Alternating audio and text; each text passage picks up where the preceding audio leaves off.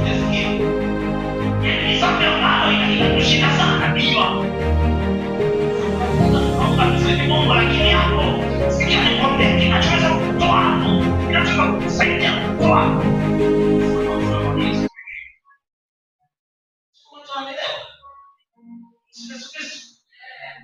Hata kifungo ambacho unaona kinakufunga sasa hivi. Kuna tabia ambazo wezi nimejaribu, nimeshindwa. Nimejaribu kila ninapofanya nashindwa. Sikia, kinachowezekana ni mbele ya msalaba wa Yesu pekee.